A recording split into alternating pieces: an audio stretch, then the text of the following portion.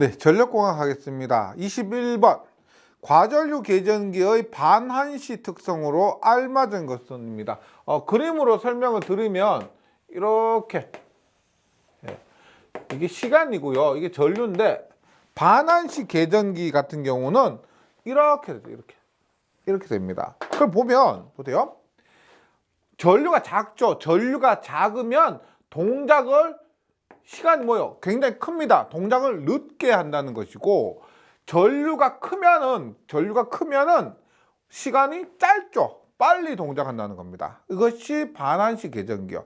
동작 전류가 커질수록 동작 시간이 짧아진다. 이 빨간색 그림을 한번 기억해 주시면 되겠습니다.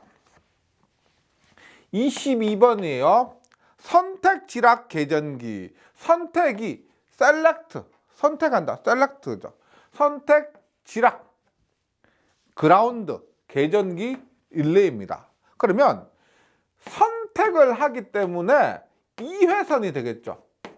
병행 2회선 회로에서 고장 지락 사고를 선택한다, 이런 의미입니다. 그래서 병행 2회선 선택이기 때문에 2회선 이상이 돼야 된다.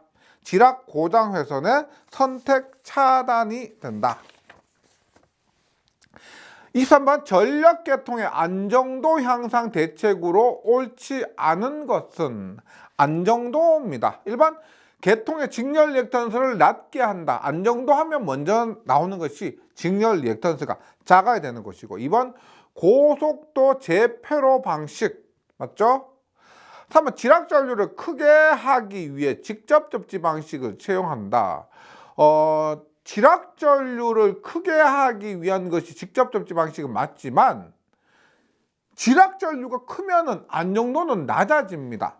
지락 전류 고장 전류인데 그게 크면은 안정도가 낮아지는 거죠. 그래서 답은 3번이고요. 4번 고속도 차단 방식을 채용한다도 맞습니다. 24번 송전선의 중성점을 접지하는 이유가 아닌 것은, 우리가 일반적으로 중성점 접지라고 하면은 특별한 언급이 없으면 직접 접지라고 생각해 주시면 되고요. 직접 접지라고 생각하고 문제를 풀어보겠습니다. 1번 코로나 현상 방지. 코로나 현상 방지하면은 복도체죠. 직접 접지하고 상관이 없습니다. 접지와는 상관없다. 코로나 현상 방지는 복도체다. 2번 이상전압을 방지한다. 직접 접지를 하면 이상전압이 방지되죠. 이상전압이 건전상의 전압 상승이 낮습니다. 3번 기기의 절연 강도를 낮출 수가 있다. 단절은 할 수가 있고. 4번 보호계전기 동작이 확실하다. 우리가 23번에도 나왔지만은 직접 접지를 하면은 지락 전류가 크기 때문에 보호계전기 동작이 확실하다 입니다. 25번 반동수차의 일종입니다. 반동수차 일종이라고 했기 때문에 3번 펠턴 수차는 충동수차죠. 그래서 탈락입니다. 계속 읽어볼게요. 주요 부분은 런너, 안내 날개, 스피드링, 그 다음에 차실 및 흡출관으로 되어 있으면서 이 낙차를 보고 선택할 수가 있습니다. 50에서 500m 정도의 중낙차 발전소에 사용되는 것이 프란시스예요. 프란시스. 우리 교재는 30에서 400m 정도로 되어 있는데 이게 딱 정해진 건 아니죠. 그래서 교재 30m에서 400m 정도 중낙차이지만 지금 이 문제에서는 50에서 500m 정도 비슷합니다. 그래서 프란시스 수차가 되고요. 카플란 수차는 전낙차용이요. 30m 이하의 전낙차용이 되고, 튜플러 수차 같은 경우는 더 낮습니다. 우리가 조력발전 있죠. 조력발전 등에 사용되는 것이 튜플러 수차예요. 튜플러 수차가 되고, 그래서 낙차가 50에서 500m, 보기 중에서 가장 가까운 것은 프란시스 수차가 됩니다. 26번 볼게요. 송전선로에서 송수전단 전압 사이 상차가 몇 도일 때 최대 전력으로 송전할 수 있는가? 우리가 전력 P는 X분의 VS VR의 사인 델타입니다. 예. 그러면 여기서 델타가 뭐예요? 상차각이죠. 송수전 상차각입니다. 그러면 얘가 최대가 되려면은 사인 델타가 1이 돼야 되고, 얘가 1이 되려면은 델타는 90도가 되어야 한다. 예, 그냥 외워주시면 됩니다. 상차각이 90도일 때 최대 전력을 통제할 수가 있습니다. 27번 단상 배전선로의 말단에 지상역률 코사인 R인 부하 W 킬로와트가 접속되어 있고 선로 말단의 전압은 V볼트입니다. 선로 한 가닥 당의 저항을 R ohm이라고 할 때 송전단 공급 전력은입니다. 이 문제 한번 그림을 그려볼게요. 이렇게 보세요. 선이 이렇게 있습니다. R과 X가 있는데 이 저항 R이래요. R에 X가 있고 여기 부하가 이렇게 있습니다. 한 선당의 저항을 R이라고 했기 때문에 이렇게 여기도 R과 X가 되고요. 지금 여기에 전압이 V볼트가 되고 역률이 코사인 R입니다. 코사인 세타 R이 되고 그 다음에 부하가 W 킬로와트입니다. 킬로와트 중요하고요. 그럴 때 여기에서 보낸 송전단 공급 전력 WS라고 할게요. 송전단 공급 전력 어떻게 되느냐? 그럼 이 전력은 당연히 보세요. 수전단 전력 플러스 여기에서 선로에서의 전력 손실이 되겠죠. 따라서 WS는 W 플러스 송전단 전력은 수전단 전력 플러스 P 여기 전력 손실 전력 손실이니까 그냥 P라고 할게요. 여기 볼게요. W 플러스 뭐요? I 제곱 R이죠. I 제곱 R입니다. 그런데 여기에서 R이 한 선당의 저항이라고 했기 때문에 전력 손실을 구할 때는 하나, 둘 해서 2배의 I 제곱 R이 된다. 네. 그럼 I는 어떻게 되느냐? I는 보세요. P는 W는 VR 코사인 세타니까 I는 어떻게 돼요? I는 V 코사인 세타분의 W가 되잖아요. 그러면 W 플러스 2배 I는 제곱이니까 V제곱 코사인 제곱 세타분의 W제곱 곱하기 R 이렇게 되는 거죠. 그러면은 W 플러스 2배의 V제곱 코사인 제곱 세타분의 W제곱 R 여기까지 하면은 답이 1번입니다. 그런데 여기에 여기 있어 보세요. 곱하기 10의 3승이라고 되어 있죠. 이 부분에 대해서 많은 분들이 좀 질문을 하셔서 제가 설명 한번 드릴게요. 보세요. 여기 10의 3승을 왜 곱했느냐? 예를 들어서 보세요. 만약에 100W라고 할게요. 100W는 0.1kW죠. 0.1kW입니다. 그럼 지금 여기서 W의 제곱을 냈잖아요.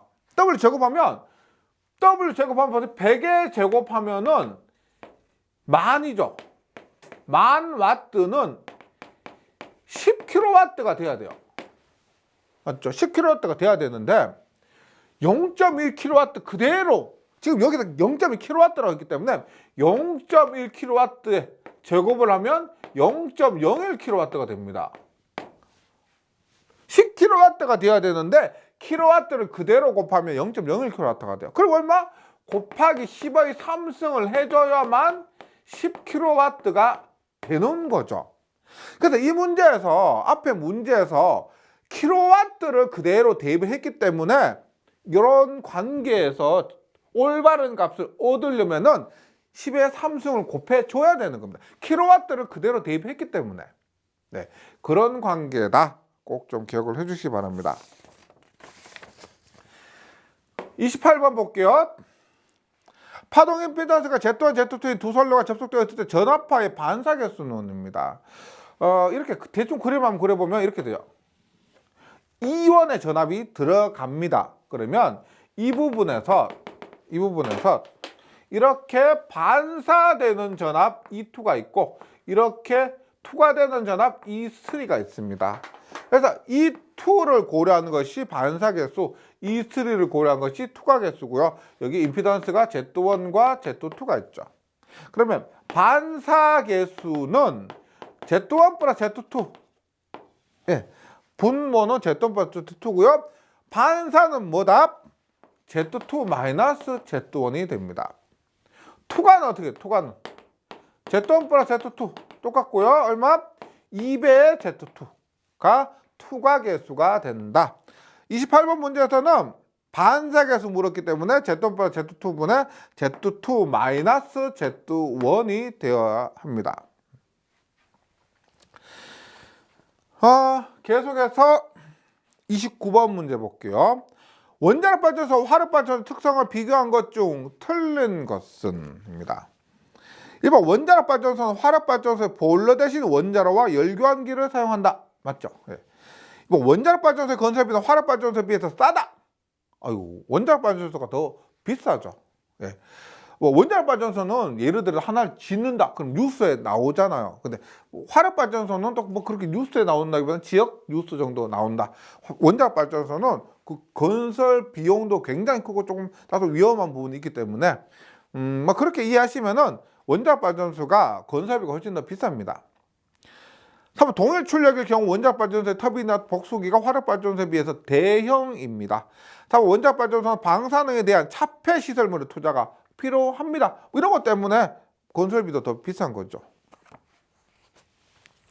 30번 간단하게 보면은 동일 송전선로에 있어서 일선 지락의 경우 지락 전류가 가장 적은 중성점 접지 방식은 지락 전류 IG죠. IG가 가장 큰 것 뭐예요? 가장 큰 것은 앞에서도 나왔지만은 직접 접지입니다. 직접 접지. 그 다음에 저항 접지 있죠. 저항 접지. 그 다음에 뭐가 있을까요? 비접지고요. 비접지고 그 다음에 소리액터 접지입니다. 소리액터는 뭐요? 병렬 공진을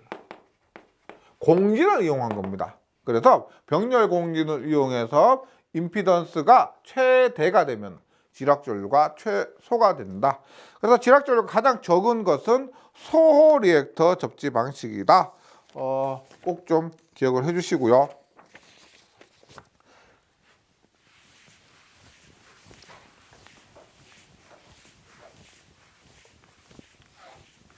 네, 31번 문제 보겠습니다. 31번 문제는 문제가 다소 어려운데 이런 문제는 있죠. 실기에서 출제되는 유형이 이런 식입니다. 실기에서. 그래서 좀 뭐 문제가 좀 복잡한 감이 있지만 한번 최대한 이해하도록 노력해 주시면 좋겠습니다. 여기 이렇게 있습니다. A 지점이 있고 여기에 B 지점이 있고요. 여기에 C 지점이 있습니다. 그리고 여기에서 50A, 여기에서 50A, 여기에서 이렇게 30A라고 합니다. 문제 읽어볼게요. 그림에서 단상 2선식 저압 배전선의 AC점에서 전압을 갖게 하기 위한 A점과 C점에서 전압을 갖게 하기 위한 공급점 D의 위치를 구하면 D가 이미 어디 지점이래요. D요. 여기에서 전압을 공급한다는 겁니다. 전압을 이렇게 공급을 하면은 A 지점과 C 지점에서 전압이 같으려면 뭐가 같아야 돼요? 전압 강화가 같아야 돼요. 예를 들어서 보세요. 여기에 100V를 인가했다라고 하면은 지금 이 지점에서 전압 강화가 10V, 여기에서 전압 강화가 10V가 돼야 90V, 90V가 같죠. 그래서 즉 전압 강화가 같아야 된다. 이것이 이 문제의 포인트입니다. D의 위치를 구하면 지금 그림에서 있지만 여기서부터 이 지점을 X지점, B로부터 X지점이라고 그려져 있습니다. 그리고 여기 거리가 200m, A에서 B까지가 200m, 그 다음에 B에서 C까지가 50m라고 되어 있다. 그 다음에 전선의 굵기가 중요하죠. AB 간 A에서 B 간의 전선 굵기는 5mm고 B와 C 간은 4mm고 부하 역률은 그래도 다행히 1이랍니다. 부하 역률까지 있으면 더 복잡해지는데 선로의 리액턴스는 무시한다라고 했기 때문에 볼게요.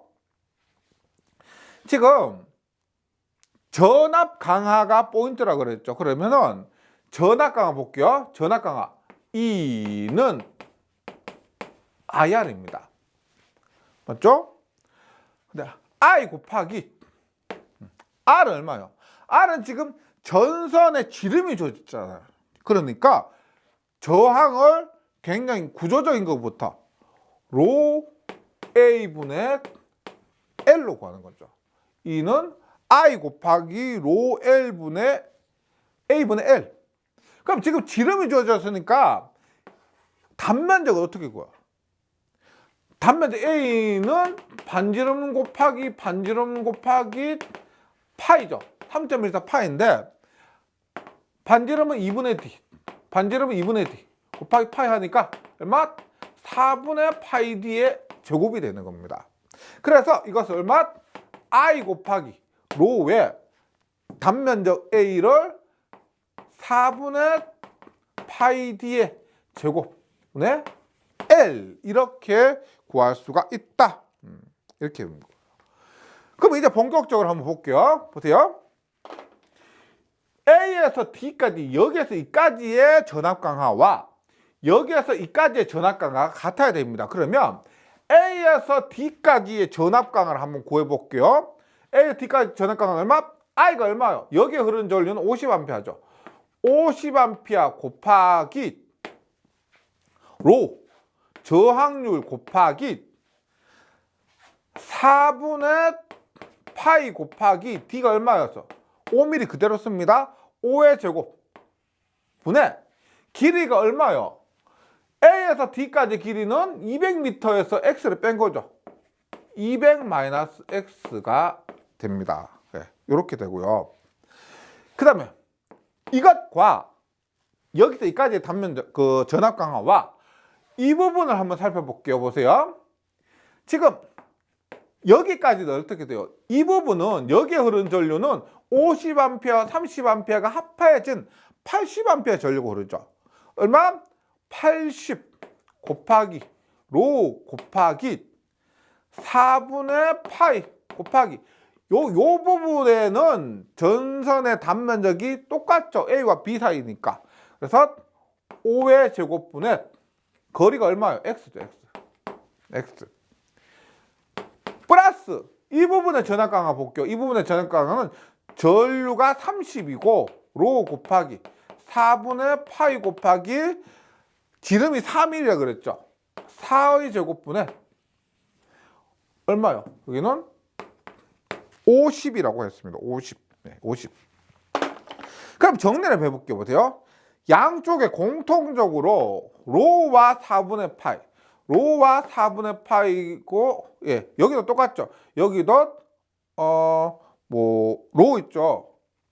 여기가 예, 여기가 다시 쓸게요. 예, 30 곱하기 로 곱하기 4분의 파이 곱하기 4의 제곱분의 거리가 50입니다. 50. 그렇죠. 그래서 여기도 로와 4분의 파이를 약분하게 되면은 남는 게 뭐냐 보세요. 5의 제곱분의 50, 25죠. 25분의 50 하니까 2의 200-x는 5의 제곱분의 80을 하니까 이것이 3.2x가 됩니다. 플러스 얘는 다 4의 제곱분의 30 곱하기 50 하니까 이 값이 93.75가 돼요. 얼마? 400-2x가 3.2x 플러스 93.75가 되니까 하니까 어떻게 돼요? 5.2x 5.2x가 306.25. 그래서 x는 58.89m. 예, x는 58.89m가 됩니다. 예. 그러면 여기서 이까지 거리가 B에서 이까지 거리가 58.89m다. 그래서 B에서 A 쪽으로 58.9m. 답은 1번이 됩니다. 네, 제가 뭐 풀이 과정에 약간 실수를 한번 하긴 했었는데요. 전체적으로 쭉쭉쭉 한번 읽어보시고 이해하도록 노력해 보세요. 이런 것들이 실기에서 한 번씩 출제될 수가 있습니다. 네. 32번 볼게요. 32번. 그림 같은 송전 전압이 22kV입니다. 이럴 때 특별한 언급 없으면은 선간 전압이죠. 한 점에서 삼상 단락했을 때 발전기에 흐르는 단락 전류는 얼마냐? IS는 Z분의 E가 됩니다. Z분의 E. 예, 이때 E는 우리가 대지 전압이라고 보시면 되고요. Z는 지금 6옴과 8옴이니까요. 임피던스는 6의 제곱 플러스 8의 제곱입니다. E는 22kV지만은 대지 전압 얼마 루트 3은 나누죠. 루트 3분의 22kV 22,000이 된다. 계산만 하면은 1270 암페어가 됩니다. 단락 전류는 답이 3번 1270이고요. 이게 뭐 제가 교재에 있는 그림을 이렇게 그리면 보세요. 삼상 단락이 되면 얘가 이렇게 돼요. 이렇게. 일종의 얘가 Y결선이 되잖아요. 맞죠? Y결선이니까 선간전압을 가했을 때 Y결선이면은 이때 전압은 대지전압 E가 돼야 된다는 거 공식으로도 반드시 기억을 해 주셔야 되고요. 자주 출제될 수가 있습니다. 33번입니다. 송전계통의 복도체가 사용되는 주된 목적. 복도체 하면 코로나. 복도체 하면 코로나. 일반 전력 손실을 경감하면은 뭐 역률 개선이나 뭐 저항값과 관련된 거죠. 전력 손실을 경감은요. 역률 개선은 전력용 콘덴서. 3번 선로 정수의 평형 하면 연가 등이 떠오를 겁니다. 34번 조력발전소에 대한 다음 설명 중 옳은 것은 우리 앞에 문제에서 숫자 종류 25번 문제에서 나왔었죠. 투플러 숫자가 조력발전용 숫자가 됩니다. 그래서 투플러 숫자인데 조력발전은 뭐요? 우리가 서해안 가면 밀물, 썰물에 차가 밀물이 쫙 들어왔다 썰물 딱 나갈 때 그때 들어왔던 물이 나가면서 어떻게 숫자를 돌리는 거죠. 그런 원리인데 옳은 것은입니다. 일반 간만의 차가 적은 아니 큰이죠. 큰 조력발전 하려면 동해안에서 안 되죠. 간만의 차가 큰 해안에 설치하고요. 2번 완만한 해안선을 이루고 있는 지점에 설치한다. 1번과 같이 아닙니다. 3번 만조로 되는 동안 바닷물을 받아들였다가 그다음 간조 나갈 때 발전하게 됩니다. 그래서 답은 3번 만조로 되는 동안 바닷물을 받아들여 발전한다. 3번 지형적 조건에 따라서 수로식과 양수식이 있다. 이거 조력발전하고 상관없죠. 전체 수력발전의 종류가 되는 겁니다. 35번 불로리액터의 주된 설치 목적인데 35번에 보세요. 불로리액터로 하면 병렬이죠. 병렬로 연결하는 리액터가 됩니다. 그럼 불로리액터라고 하면 병렬 리액터로 하면 첫 번째 나오는 것이 페란트 현상 방지가 되고 두 번째 역률 개선도 할 수가 있죠. 조상 설비로서. 그런데 불로리액터가 역률 개선을 하려면 부하가 C부하여야 하는데 C부하는 잘 없잖아요. 그래서 가능하지만 이 문제를 잘 보시면 불로리액터의 주된이라고 돼요. 주된. 그러면 페란트 현상 방지가 되는 겁니다. 그러니까 병률 개선도 가능하지만 주된 목적이라고 하면 페란트 현상 방지가 더 우선이 된다. 이렇게 이해하시면 되고요. 36번입니다. 공기 차단기에 비교한 SF 시트가스 차단의 특징으로 틀린 것은 SF 시트가스 차단입니다. 일반 절연 내력이 공기의 2배에서 3배가 됩니다. 2번 밀폐 구조가 되죠. 가스니까 밀폐 구조가 되고 소음이 없습니다. 3번 소전류 차단 시 이상전압이 높다. 소전류를 차단하는데 이상전압이 높다. 안 좋은 거죠. 이게 가스를 사용했는데 소전류 차단 시 이상전압이 높다? 아니죠. 예, 이상전압이 낮다. 4번 아크 SF6 가스는 분해되지 않고 무독성입니다. 예, 무치, 무색, 무해 이런 것입니다. 그래서 무독성이 맞습니다. 36번 틀린 것은 3번이고요. 37번 전력표주, 파워표주는 주로 어떤 전류의 차단을 목적으로 합니까? 단락전류죠. 왜? 표주는 한번 끊어지면은 못 쓰잖아요. 차단기는 차단되었도 다시 사용할 수가 있지만 표주는 한번 끊어지면 재사용이 불가능하기 때문에 그 발생 빈도가 적은 단락전류로부터 안전하게 보호하기 위해 사용됩니다. 37번에는 3번이고요. 38번 아킹온. 아킹온은 뭐다? 아킹온, 아킹링, 소호환, 소호각. 애자령 보호죠. 그래서 애자 보호가 들어가는 것 4번입니다. 선락사고에 대한 애자 보호가 되고요. 39번 이 문제도 많이 좀 헷갈려 하시는데 문제 포인트가 있습니다. 그것만 찾으시면 되는데 물에 각종 광물질 또는 가스 외에 다양한 이온들이 존재하는데 이때 이온의 화학적 결합면이 염류 나오면 스케일입니다. 염류 나오면 스케일이에요. 그래서 염류가 온도 상승 등으로 인해서 용해도 감소해서 침전됨으로써 전열면의 표면이나 배관 등에 부착되는 현상. 염류 나오면 스케일이고요. 포밍은 뭐냐면 비슷한데 급수의 불순물 나오면 포밍입니다. 캐리오버는 뭐냐면 보일러 내 물이 성분이 그 전기 시스템으로 들어가는 것이 포밍 캐리오버고요. 그 다음에 부식은 말 그대로 부식되는 거예요. 그래서 39번 문제 좀 용어에서 좀 헷갈릴 수가 있는데 염류가 나오면 스케일, 그리고 급수의 불순물 나오면 포밍, 캐리오버는 보일러 내 물질이 전기 시스템으로 넘어가는 현상이 됩니다. 그 다음에 40번 볼게요. 40번 전격전압 1차 6600V, 2차 220V의 단상변압기 2대를 승합기로 V결선에서 6300V의 삼상전원에 접촉하면 승합된 전압은 몇 볼트인가 라고 합니다. 한번 간단하게 한번 제가 그림 그려볼게요. 이렇게 있어요.